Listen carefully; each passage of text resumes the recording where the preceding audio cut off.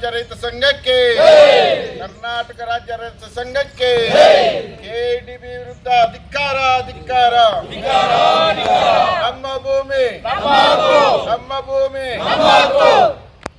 ಅಧಿಕಾರಿಗಳಿಗೆ ಕೆರೆಗಳನ್ನು ತುಂಬಿಸಿದ ಸರ್ಕಾರಕ್ಕೆ, ಕೆರೆಗಳಿಗೆ ನೀರು ತುಂಬಿಸಿದ ಸರ್ಕಾರಕ್ಕೆ, ನಿರಂತರ ಕರೆಂಟ್ ಕೊಡದ ಸರ್ಕಾರಕ್ಕೆ. ಜಂಗಮಕೋಟೆ ವ್ಯಾಪ್ತಿಯಲ್ಲಿ ಕೆಐಎಡಿಬಿ ಭೂಸ್ವಾಧೀನಕ್ಕೆ ತೀವ್ರ ವಿರೋಧ. ರೈತ ಸಂಘದ ರಾಜ್ಯಾಧ್ಯಕ್ಷ ಅರಳೀಪುರ ಮಂಜೇಗೌಡ ಎಚ್ಚರಿಕೆ. ರೈತರ ಅನುಮತಿ ಇಲ್ಲದೆ 1 ಇಂಚು ಭೂಮಿಯನ್ನು ಸ್ವಾಧೀನಪಡಿಸಿಕೊಳ್ಳಲು ಬಿಡುವುದಿಲ್ಲ. ಪ್ರಾಣ ಹೋದರೂ ಭೂಮಿ ಉಳಿಸಿಕೊಳ್ಳುತ್ತೇವೆ ಎಂದು ಕರ್ನಾಟಕ ರಾಜ್ಯ ರೈತ ಸಂಘ ಹಾಗೂ ಹಸಿರು ಸೇನೆಯ ರಾಜ್ಯಾಧ್ಯಕ್ಷ ಅರಳೀಪುರ ಮಂಜೇಗೌಡ ಕಟುವಾಗಿ ಎಚ್ಚರಿಸಿದರು. ಕೆಡಿಬಿ ಜಮೀನಿಗೆ ಈಗಾಗಲೇ ಯಾವ ಮಟ್ಟಕ್ಕೆ ಓಡಿಸಿದ್ದೀವಿ ಅಂದರೆ ನಮ್ಮ ಜಮೀನು ಪ್ರಾಣ ಹೋದರೂ ಬಿಟ್ಕೊಡೋದಿಲ್ಲ. ನಮ್ಮ ಜಮೀನು ಇವತ್ತು ಇನ್ನು ಸ್ವಲ್ಪ ದಿವಸ ಒಕ್ಕಲ್ತನ ಉಳಿಸ್ಕೊಳ್ಳೋಕೆ ಸಿಗಲ್ಲ. ಈಗಾಗಲೇ ಸುಮಾರು ಹಳ್ಳಿಗೆ ವಿನೋದ್ ಗೌಡ್ರನ್ನ ಕಳಿಸಿದ್ವಿ, ಸರ್ವೆ ಮಾಡಿಸಿದ್ವಿ, ಯಾವ ಮಟ್ಟಕ್ಕೆ ರಿಪೇರಿ ಮಾಡಿದ್ವಿ ಅಂತ ಸುತ್ತ. ಶಿಡ್ಲಘಟ್ಟ ನಗರದ ಪ್ರವಾಸಿ ಮಂದಿರದಲ್ಲಿ ನಡೆದ ಜಾಗೃತಿ ದೀಕ್ಷೆ ಹಾಗೂ ಪದಾಧಿಕಾರಿಗಳ ಆಯ್ಕೆ ಸಭೆಯಲ್ಲಿ ಮಾತನಾಡಿದ ಅವರು, ಕೆಐಎಡಿಬಿ ವತಿಯಿಂದ ಜಂಗಮಕೋಟೆ ವ್ಯಾಪ್ತಿಯ ಫಲವತ್ತಾದ ಕೃಷಿ ಭೂಮಿಯನ್ನು ಸ್ವಾಧೀನಪಡಿಸಿಕೊಳ್ಳಲು ಸರ್ಕಾರದ ಕ್ರಮವನ್ನು ತೀವ್ರವಾಗಿ ಖಂಡಿಸಿದರು. ಇನ್ನು ವಿಮಾನ ನಿಲ್ದಾಣದ ಸುತ್ತಮುತ್ತಲಿನ ಕೆಂಪು ಮಣ್ಣಿನ ಸಮೃದ್ಧ ಭೂಮಿಯನ್ನು ಗುರಿಯಾಗಿಸಿಕೊಂಡು ರೈತರ ಜೀವನಾಧಾರವನ್ನು ಕಸಿದುಕೊಳ್ಳಲು ಸರ್ಕಾರ ಮುಂದಾಗಿದೆ. ಕೈಗಾರಿಕೆಗಳ ಹೆಸರಿನಲ್ಲಿ ಖಾಸಗಿ ಕಂಪನಿಗಳಿಗೆ ಅನುಕೂಲ ಮಾಡಿಕೊಡುವ ಉದ್ದೇಶದಿಂದ ಈ ಯೋಜನೆ ರೂಪಿಸಲಾಗಿದೆ ಎಂದು ಆರೋಪಿಸಿದರು. ಗ್ರೇಟ್ ಇಂಡಿಯಾ ಎಲೆಕ್ಟ್ರಾನಿಕ್ಸ್ ವತಿಯಿಂದ ನಮ್ಮ ಎಲ್ಲಾ ಗ್ರಾಹಕರಿಗೆ ಶುಭಾಶಯಗಳು. ನಮ್ಮಲ್ಲಿ ಎಲ್ಲಾ ಬಗೆಯ ಎಲೆಕ್ಟ್ರಾನಿಕ್ಸ್ ಮತ್ತು ಗೃಹ ಬಳಕೆಯ ವಸ್ತುಗಳ ಮೇಲೆ ಆಕರ್ಷಕ ಫಿನಾನ್ಸ್ ಸೌಲಭ್ಯದೊಂದಿಗೆ ಭಾರಿ ಡಿಸ್ಕೌಂಟ್ ನೀಡಲಾಗುತ್ತಿದೆ. ನಿಮ್ಮ ಮನೆಯನ್ನು ಮತ್ತಷ್ಟು ಸುಂದರಗೊಳಿಸಲು ನಗರದಲ್ಲಿ ನಂಬರ್ 1 ಶೋರೂಮ್ ಆದ ಗ್ರೇಟ್ ಇಂಡಿಯಾ ಎಲೆಕ್ಟ್ರಾನಿಕ್ಸ್ಗೆ ಇಂದೇ ಭೇಟಿ ಕೊಡಿ. ಗುಣಮಟ್ಟದ ವಸ್ತುಗಳು, ಉತ್ತಮ ಸೇವೆ, ರಿಯಾಯಿತಿ ದರಗಳು. ಇಂದೇ ಭೇಟಿ ಕೊಡಿ. ಗ್ರೇಟ್ ಇಂಡಿಯಾ ಎಲೆಕ್ಟ್ರಾನಿಕ್ಸ್, ಅಮೀರ್ ಬಾಬಾ ದರ್ಗಾ ಹತ್ತಿರ, ದಿಬ್ಬೂರ್ಹಳ್ಳಿ ರಸ್ತೆ, ಶಿಡ್ಲಘಟ್ಟ. ಕರೆ ಮಾಡಿ 8861043315. ಬರಡು ಭೂಮಿಯನ್ನು ಕೈಗಾರಿಕಾ ಅಭಿವೃದ್ಧಿಗೆ ಬಳಸಿಕೊಳ್ಳಲಿ ಎಂದು ಒತ್ತಾಯಿಸಿದರು. ಈ ಭಾಗದಲ್ಲಿ ತರಕಾರಿ ಮತ್ತು ಹಣ್ಣುಗಳ ಉತ್ಪಾದನೆ ಹೆಚ್ಚಿನ ಪ್ರಮಾಣದಲ್ಲಿ ನಡೆಯುತ್ತಿದ್ದು, ಇಂತಹ ಫಲವತ್ತಾದ ಭೂಮಿಯನ್ನು ನಾಶಪಡಿಸಿದರೆ ಭವಿಷ್ಯದಲ್ಲಿ ಆಹಾರಾಭಾವ ಎದುರಾಗುವ ಸಾಧ್ಯತೆ ಇದೆ. ಕೈಗಾರಿಕೆಗಳಿಂದ ಪರಿಸರ ಮಾಲಿನ್ಯ ಹೆಚ್ಚಾಗಿ ಅಂತರ್ಜಲ ಮಟ್ಟ ಕುಸಿಯುತ್ತಿದೆ. ಈಗಾಗಲೇ ನೀರಿನ ಸಮಸ್ಯೆ ಎದುರಿಸುತ್ತಿರುವ ಈ ಭಾಗದಲ್ಲಿ ಭೂಸ್ವಾಧೀನ ಕ್ರಮವು ರೈತರ ಬದುಕಿಗೆ ಭಾರೀ ಹೊಡೆತ ನೀಡಲಿದೆ ಎಂದು ಹೇಳಿದರು. ಇನ್ನು ಸರ್ಕಾರ ಕೂಡಲೇ ಭೂಸ್ವಾಧೀನ ಪ್ರಕ್ರಿಯೆಯನ್ನು ಸ್ಥಗಿತಗೊಳಿಸಬೇಕು, ಇಲ್ಲವಾದರೆ ಬೃಹತ್ ಪ್ರತಿಭಟನೆ ಹಮ್ಮಿಕೊಳ್ಳಲಾಗುವುದು ಎಂದು ತಿಳಿಸಿದ ಅವರು, ಪೊಲೀಸರ ಲಾಠಿ ಬಂಧನ ಯಾವುದಕ್ಕೂ ಎದುರುವುದಿಲ್ಲ ಎಂದು ಎಚ್ಚರಿಸಿದರು. ಇದೇ ವೇಳೆ ರಾಜ್ಯ ಸರ್ಕಾರದ ಬಜೆಟ್ ಕುರಿತು ತೀವ್ರ ಅಸಮಾಧಾನ ವ್ಯಕ್ತಪಡಿಸಿದ ಮಂಜೇಗೌಡ, ಈ ಬಜೆಟ್ ರೈತರ ಪಾಲಿಗೆ ಮರಣ ಶಾಸನವಾಗಿದೆ ಎಂದು ಹೇಳಿದರು. ಇನ್ನು ಸಮಗ್ರ ನೀರಾವರಿ ಯೋಜನೆ, ಕೆರೆ ಕಟ್ಟೆಗಳನ್ನು ತುಂಬಿಸುವ ಭರವಸೆಗಳು ಜಾರಿಯಾಗಿಲ್ಲ. ಬದಲಾಗಿ ನೆರೆ ರಾಜ್ಯಗಳಿಂದ ನೀರು ಹರಿಸುವ ಮೂಲಕ ರಾಜ್ಯದ ರೈತರಿಗೆ ಅನ್ಯಾಯ ಮಾಡಲಾಗಿದೆ ಎಂದು ಆರೋಪಿಸಿದರು. ಸ್ವಾಮಿನಾಥನ್ ವರದಿ ಅನ್ವಯ ವೈಜ್ಞಾನಿಕ ಬೆಲೆ ನಿಗದಿ ಮಾಡುವವರಿಗೆ ರೈತರು ಸಾಲಗಾರರಲ್ಲ. ಸರ್ಕಾರವೇ ರೈತರಿಗೆ ಬಾಕಿ ಉಳಿಸಿಕೊಂಡಿದೆ. ಬ್ಯಾಂಕುಗಳು ರೈತರ ಜಮೀನು ಹರಾಜು ಹಾಕುವ ಕ್ರಮವನ್ನು ತಕ್ಷಣ ನಿಲ್ಲಿಸಬೇಕು. ನೋಟಿಸ್ ನೀಡಿ ದಬ್ಬಾಳಿಕೆ ನಡೆಸಿದರೆ ಅಧಿಕಾರಿಗಳನ್ನು ದಿಗ್ಬಂಧನ ಮಾಡಲಾಗುವುದಾಗಿ ಎಚ್ಚರಿಸಿದರು. ಕೆಪಿಟಿಸಿಎಲ್ ವತಿಯಿಂದ ಕೃಷಿ ವಿದ್ಯುತ್ ಸಂಪರ್ಕಗಳಿಗೆ ಮೀಟರ್ ಅಳವಡಿಕೆ ಹಾಗೂ ಸಂಪರ್ಕ ಕಡಿತ ಕ್ರಮವನ್ನು ಖಂಡಿಸಿದ ಅವರು, ರೈತರ ಹಿತಾಸಕ್ತಿಗಾಗಿ ಸಂಘಟಿತ ಹೋರಾಟವನ್ನು ಮತ್ತಷ್ಟು ಬಲಪಡಿಸಲಾಗುವುದು. ಪ್ರತಿ ಹಳ್ಳಿಯಲ್ಲೂ ಗ್ರಾಮ ಘಟಕವನ್ನು ರಚಿಸಿ ರೈತರನ್ನು ಸಂಘಟಿಸಲಾಗುವುದು.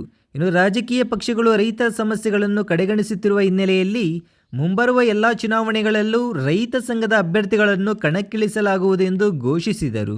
ಇನ್ನು ಸಭೆಯಲ್ಲಿ ಚಿಕ್ಕಬಳ್ಳಾಪುರ ಜಿಲ್ಲಾ ಅಧ್ಯಕ್ಷರಾಗಿ ನರಸಿಂಹಮೂರ್ತಿ, ಶಿಡ್ಲಘಟ್ಟ ತಾಲೂಕು ಗೌರವ ಅಧ್ಯಕ್ಷ ಟಿ.ಕೆ. ನರಸಿಂಹಮೂರ್ತಿ, ಉಪಾಧ್ಯಕ್ಷ ಶಿವಪ್ಪ, ಕಾರ್ಯದರ್ಶಿ ಪಾಪಣ್ಣ, ಪ್ರಧಾನ ಕಾರ್ಯದರ್ಶಿ ರಘುನಾಥ್ ರೆಡ್ಡಿ, ಖಜಾಂಚಿ ವೆಂಕಟಸ್ವಾಮಿ ಸೇರಿದಂತೆ ವಿವಿಧ ಪದಾಧಿಕಾರಿಗಳನ್ನು ಆಯ್ಕೆ ಮಾಡಲಾಯಿತು. ಇನ್ನು ಈ ಸಂದರ್ಭದಲ್ಲಿ ರಾಜ್ಯ ರೈತ ಸಂಘದ ವಿವಿಧ ಘಟಕಗಳ ಪದಾಧಿಕಾರಿಗಳಾದ ರಾಜ್ಯ ಯುವ ಘಟಕದ ಅಧ್ಯಕ್ಷ ಡಾಕ್ಟರ್ ವಿನೋದ್ ಗೌಡ, ರಾಜ್ಯ ಸಂಚಾಲಕ ಚಂದ್ರಶೇಖರ್, ರಾಜ್ಯ ಮಹಿಳಾ ಘಟಕದ ಅಧ್ಯಕ್ಷೆ ನಾಗಮಣಿ, ಅನ್ನಪೂರ್ಣಮ್ಮ, ಬೆಂಗಳೂರು ಜಿಲ್ಲಾ ಅಧ್ಯಕ್ಷ ದೇವೇಗೌಡ, ಹಾಸನ ಜಿಲ್ಲಾ ಅಧ್ಯಕ್ಷ ಯೋಗೇಶ್, ರಾಜೇಶ್ವರಿ ಸೇರಿದಂತೆ ಅನೇಕರು ಹಾಜರಿದ್ದರು.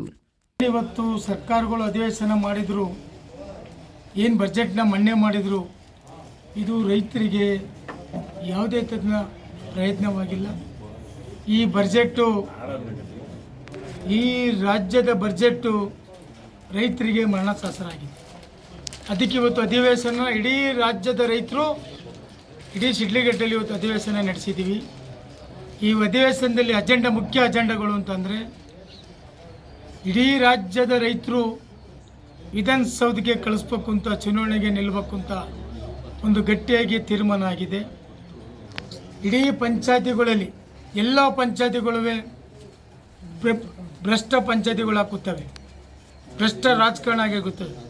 ಅದನ್ನು ಮಟ್ಟ ಹಾಕಕ್ಕೆ ಇವತ್ತು ದೀಕ್ಷೆ ಒತ್ತರನ್ನು ಪಂಚಾಯತಿಗೆ ಕಳಿಸ್ತಾ ಇದ್ದೀವಿ, ತಾಲೂಕ್ ಪಂಚಾಯತಿಗೆ ಕೊಡ್ತಾ ಇದ್ದೀವಿ, ಜಿಲ್ಲಾ ಪಂಚಾಯತಿ ನಿಲ್ಲಿಸ್ತಾ ಇದ್ದೀವಿ, 28ಗೆ MLAಗೂ ಸಹ ನಿಲ್ಲಿಸ್ತಾ ಇದ್ದೀವಿ. ಯಾಕೆಂದರೆ ಇವತ್ತು 228 ಜನ MLAಗಳು, ಶಾಸಕರು, ಮಿನಿಸ್ಟ್ರುಗಳು ಮನಸಾಸರನ ಬರೆದುಬಿಟ್ಟಿದ್ದಾರೆ. ಆ ಮನಸಾಸರ ಏನು ಅಂತಂದರೆ 5 ಗ್ಯಾರಂಟಿನ ನಮಗೆ ಈ ಚುನಾವಣೆ ಮುಂಚೆನೇ ನಮ್ಮ ಜೊತೆ ಗಾಂಧಿ ಭವನದಲ್ಲಿ ಅಧಿವೇಶನ ಮಾಡ್ದಂಗೆ ಮಾಡಿ ನಮಗೆ ಆಶ್ವಾಸನೆ ಕೊಟ್ಟರು. ಮೊದಲನೇ ಅಜೆಂಡಾ ಇಡೀ ರಾಜ್ಯಕ್ಕೆ ಸಮಗ್ರ ನೀರಾವರಿನ ವರ್ಷಕ್ಕೆ 2 ಸತಿ ಕೆರೆಕಟ್ಟೆಗಳು ತುಂಬಿಸ್ತೀನಿ ಅಂತ ಮಾತಾಡಿದಂಥ ಮಾಸಾಮಿಗಳು ಇವತ್ತು ಇಡೀ ರೈತರ ಕುಟುಂಬಕ್ಕೆ ಮೋಸ ಮಾಡಿ ಕೆರೆಕಟ್ಟೆಗಳಿಗೆ ದನಕರು ಕುಡಿಯೋಕ್ಕೆ ನೀರಿಲ್ದಲ್ಲಿ ಇವತ್ತು ತಬ್ಲಿ ಮಾಡಿ ಆ ಕಡೆ ಭಾಗದವರು ತಮಿಳ್ನಾಡು ಕಿತ್ಕೊಂಡು ಹೋಗ್ತವ್ರೆ, ಕಳಸ ಬಂಡೂರು ಆಂಧ್ರ ಕಿತ್ಕೊಂಡು ಹೋಗ್ತವ್ರೆ. ಅತಿ ಹೆಚ್ಚಿಗೆ ನಮ್ಮ ರಾಜ್ಯದಲ್ಲಿ ಅತಿ ಹೆಚ್ಚಾಗಿ ನೀರು ಇಟ್ಕೊಂಡು ನಮಗೆ ನೀರಿಲ್ಲ, ಅದಕ್ಕೆ ಮೋಸ ಮಾಡಿರೋದು. ಎರಡನೇದು KPTC ವಿಚಾರಕ್ಕೆ ಬಂದಾಗ ನಮಗೆ 3 ಪಕ್ಷದವರು ಮಾತಾಡಿದರು, ನಿಮಗೆ ಮೀಟ್ರ್ ಹಾಕಲ್ಲ, ಲೈನ್ ಕಟ್ ಮಾಡಲ್ಲ, ಅಕ್ರಮ ಸಕ್ರಮ ಮಾಡಿಸಲ್ಲ, ಉಚಿತ ಕರೆಂಟ್ ಕೊಡ್ತೀನಿ ಅಂತ ಮಾತಾಡಿದಂಥ ಮಾಸಾಬಿಗಳು ಇವತ್ತು ಒಂದು ಕಡೆಯಿಂದ ಮೀಟ್ರ್ ಹಾಕ್ತಾವ್ರೆ, ಒಂದು ಕಡೆಯಿಂದ ಲೈನ್ ಕಟ್ ಮಾಡ್ತಾವ್ರೆ, ಒಂದು ಕಡೆಯಿಂದ ಅಕ್ರಮ ಸಕ್ರಮ ದುಡ್ಡು ಕೊಟ್ಟು ಅಂತ ಇವತ್ತು ರೈತರನ್ನ ಒಕ್ಕಲಿಪಿಸ್ತಿದ್ದಾರೆ. ಇದನ್ನು ಮಾತಿಗೆ ಕದ್ದಿರೋಂಥ ಸರ್ಕಾರಗಳು. ಅದಕ್ಕೇನು ಮಾಡ್ಬೇಕು ನಾವು? ರೈತರು ಇವತ್ತು ಜಾಗೃತಿ ಆಗ್ಬೇಕಲ್ಲ, ರೈತರು ಒಕ್ಕಲಿತನ ಬೆಳೆಸೋಕೆ ಮುಂದಾಗಬೇಕಲ್ಲ. ಅದರಿಂದ ಇವತ್ತು ನಾವು ಯೋಗ್ಯವಾದನ್ನು ನಾವು ಆಯ್ಕೆ ಮಾಡಿ ವಿಧಾನಸೌಧ ಕಲಿಸ್ಬೇಕು ಅಂತ ಈ ಸಭೆ ಭಾರಿ ಒಮ್ಮತದಿಂದ ತೀರ್ಮಾನ ಆಗಿದೆ.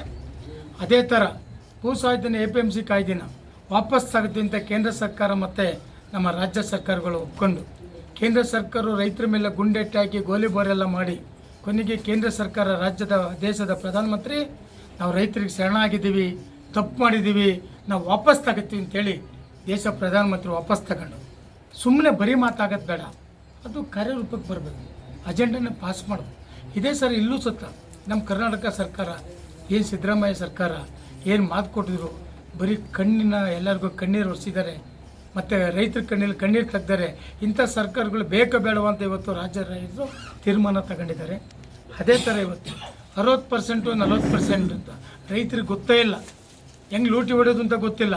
ಈ ಎಲ್ಲ ಪಕ್ಷಗಳು ಇವತ್ತು ಈ ರಾಜ್ಯದ ರೈತರಿಗೆ ನಾನು ಕಳ್ಳ ನೀನು ಕಳ್ಳ ಅಂತ ಇವತ್ತು ಇವರೆಲ್ಲ ತೋರಿಸ್ಕೊಟ್ರದಿಂದ ನಾವು ಇವತ್ತೆಲ್ಲ ಜಾಗೃತಿ ಆಗ್ಬೇಕಲ್ಲ ಜಾಗೃತಿ.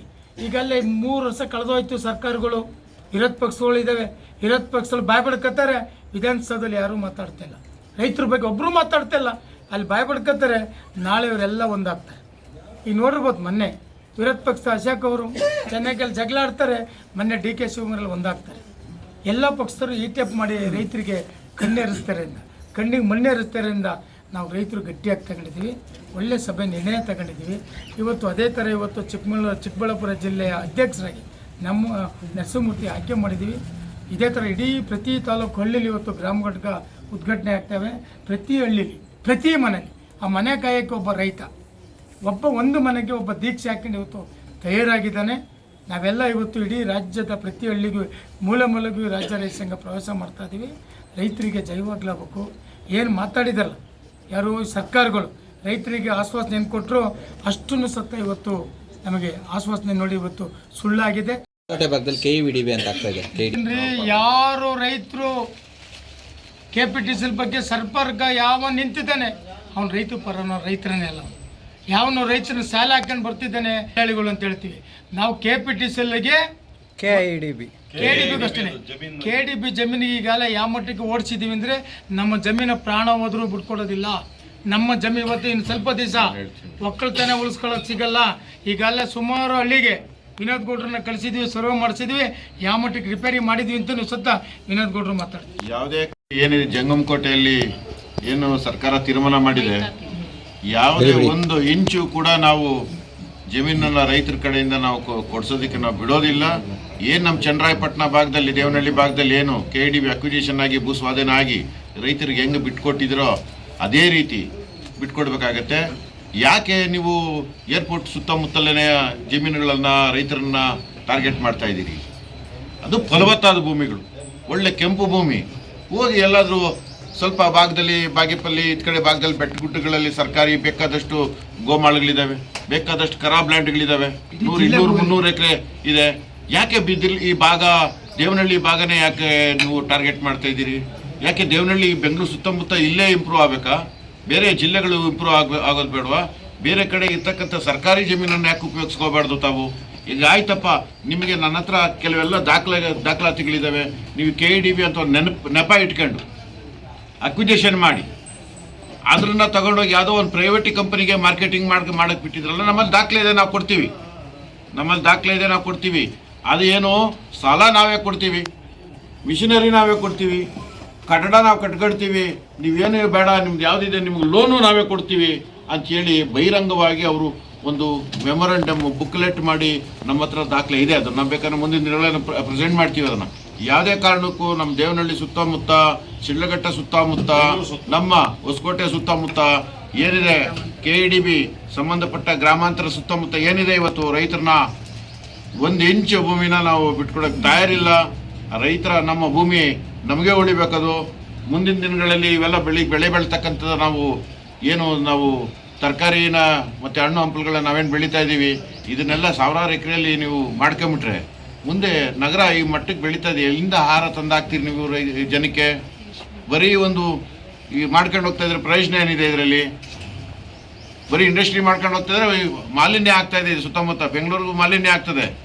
ಆಮೇಲೆ ತರಕಾರಿ ಹಣ್ಣು ಹಂಪಲುಗಳು ಏನಿದಾವೆ ಇವತ್ತು ಯಥೇಚ್ಛವಾಗಿ ಭಾಗದಲ್ಲಿ ಶಿಡ್ಲಘಟ್ಟ, ಜಂಗಮಕೋಟೆ, ಹೊಸಕೋಟೆ ಭಾಗ ಮತ್ತು ದೇವನಹಳ್ಳಿ ಸುತ್ತಮುತ್ತ ಬರ್ತಕ್ಕಂಥದ್ದು ಇವೆಲ್ಲ ಇರೋದ್ರಿಂದ ಯಾವುದೇ ಕಾರಣಕ್ಕೂ ನಾವು KEDBನ ಜಂಗಮಕೋಟೆ ಜಮೀನು ಅಕ್ವಿಜಿಷನ್ ಆಗಿರೋದ್ರನ್ನ ನಾವು ಬಿಟ್ಕೊಡಕ್ಕೆ ತಯಾರಿಲ್ಲ.